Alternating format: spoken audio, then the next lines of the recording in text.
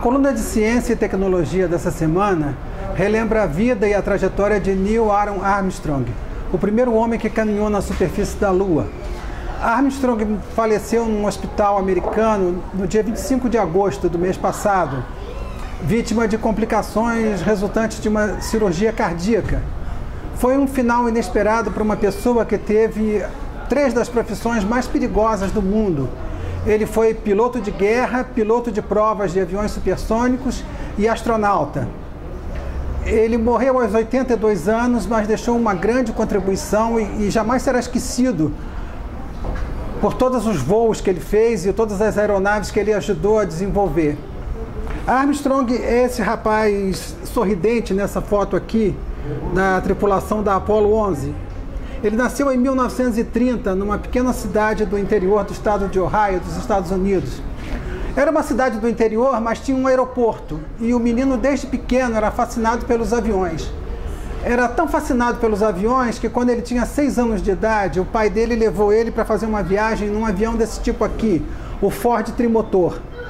O Ford Trimotor, como o nome indica, ele tinha 3 motores e era produzido pela Ford, a empresa que hoje só fabrica automóveis. Naquela época a Ford investia também na aviação e criou esse avião para ser um dos primeiros aviões comerciais americanos. Vocês podem ver um avião desse em tamanho natural no filme Indiana Jones e o Templo da Perdição, onde o Indiana Jones usa um avião desse para viajar da China até a Índia. O fato é que com a viagem nesse tipo de avião, o Armstrong ficou fascinado ainda mais pela aviação e resolveu ser piloto e trabalhar no desenvolvimento dos aviões. Quando tinha 15 anos de idade, em 1945, ele tirou seu brevet. Isso numa época em que a maioria dos jovens queria tirar a carteira de motorista e dirigir um carro. Ele já dirigia um avião e vários aviões de vários tipos.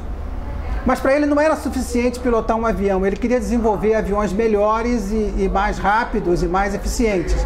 Assim ele entrou para a universidade e se formou em engenharia aeronáutica. Em 1950 ele terminou a faculdade e teve um desempenho tão bom que recebeu um convite para ir para o MIT, o Instituto de Tecnologia de Massachusetts, que é uma das melhores escolas de engenharia e de tecnologia dos Estados Unidos. Mas, infelizmente, veio a Guerra da Coreia. E, naquela época, as Forças Armadas americanas eram formadas por convocados, não era hoje que são voluntários. E se o sujeito era piloto, ele era convocado para ser piloto na guerra. E o Armstrong foi e recebeu um treinamento na Marinha para pilotar esse avião aqui, que era um dos jatos mais modernos da época, o Grumman F-9F Panther. A bordo do porta-aviões Essex, ele foi para a Coreia e cumpriu 72 missões de combate. Numa dessas missões, o avião foi atingido e desceu até 6 metros de altura, colidiu com um poste que arrancou toda essa parte aqui da asa, da estrela para baixo, e danificou todo o sistema hidráulico. Mesmo com o avião tão danificado, ele era um piloto tão bom que ele conseguiu voar até a base onde ele estava sediado e se lançar de paraquedas, ejetando o assento, que esses aviões eram equipados com um assento ejetável. Em caso de acidente, o piloto podia ejetar e descer de paraquedas. E ele só não salvou o avião porque estava danificado, os freios aerodinâmicos tinham sido danificados, não dava para ele pousar com o avião naquele estado. Quando a guerra terminou, o Armstrong abandonou as Forças Armadas, porque ele não gostava da vida militar. Ele, inclusive, achava que os Estados Unidos não tinham que ser a polícia do mundo. E ele voltou à vida civil e foi trabalhar como piloto de provas na base aérea de Edwards, que logo seria parte da recém-fundada Agência Espacial Americana, a NASA. Na base aérea de Edwards, ele recebeu uma outra missão difícil, que foi testar o avião foguete X-15, que é essa aeronave preta aqui. Na época, os Estados Unidos já estavam pensando em construir aeronaves que pudessem ir ao espaço e voltar com um avião pousando numa pista. E para isso era necessário investigar o comportamento de uma aeronave em velocidades e altitudes extremas. O X-15 era uma aeronave que não permitia erro do piloto. Se ele saísse de controle, o piloto não podia ejetar como o Armstrong fez no avião durante a guerra, porque a velocidade hipersônica e a grande altitude não permitia isso. Um piloto do X-15, o Major Mike Adams, morreu quando o avião entrou em parafuso a 60 km de altura e se desmanchou. Mas o Armstrong conseguiu executar 7 missões no X-15, voando até uma altitude de 60 km e uma velocidade de 6.800 km por hora. Em 1965, ele passou para o programa da Gemini, que era uma nave espacial construída para testar as manobras que seriam necessárias numa viagem à Lua. A Gemini tinha portas que se abriam no espaço para que o astronauta pudesse sair da nave e fazer atividades fora da espaçonave. E ela tinha um focinho na frente com um sistema de radar e de acoplamento para se encontrar com outras naves no espaço e aí alcançar altitudes maiores ainda. No voo da Gemini 8 houve um problema, entrou em pane esse sistema de retrofoguetes aqui e a nave começou a rodopiar sem controle no espaço. E o Armstrong e o colega dele, o David Scott, conseguiram estabilizar a nave e reentrar na atmosfera fazendo um pouso seguro no Oceano Índico. Foi o suficiente para ele ser escalado para Apollo 11, a nave que faria a primeira viagem à Lua.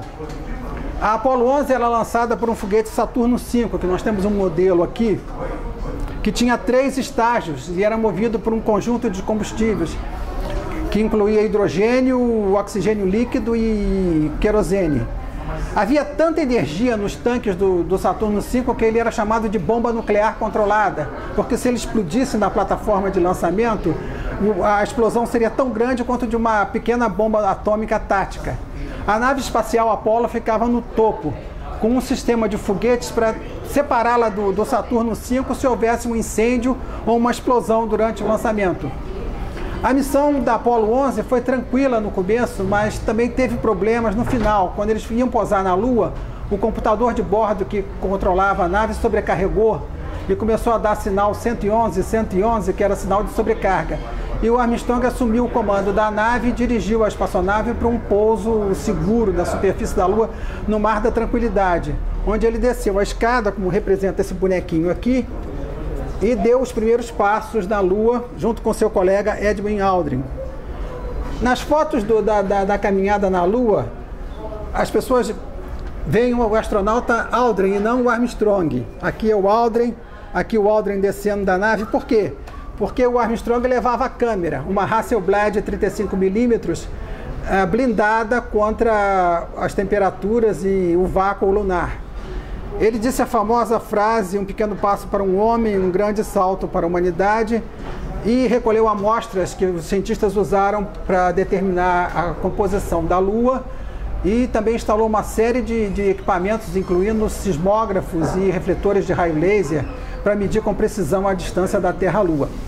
Depois da missão da Apollo 11, ele saiu da NASA e foi trabalhar como professor de engenharia aeronáutica numa universidade, mas ele continuou prestando assessoria e consultoria à NASA.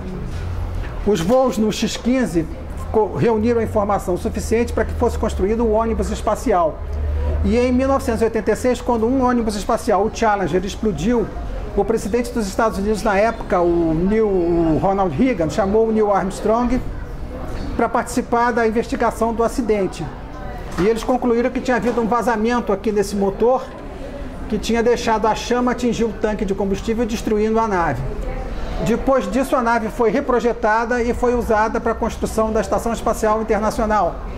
A astronáutica e a aeronáutica, assim, cada aeronave fornece informações para que se desenvolva uma aeronave mais aperfeiçoada ainda. O X-15 deu origem ao ônibus espacial e o ônibus espacial serviu para construir a Estação Espacial. Em 2011, os ônibus espaciais saíram de operação e dos últimos atos do Neil Armstrong, antes de morrer, foi visitar o presidente Obama e permitir que o ônibus espacial continuasse funcionando. Mas não era possível porque eles estavam construindo uma nova espaçonave para missões aos asteroides, que é um aperfeiçoamento da Apollo 11 que foi para a Lua. Maiores detalhes na coluna de ciência dessa semana.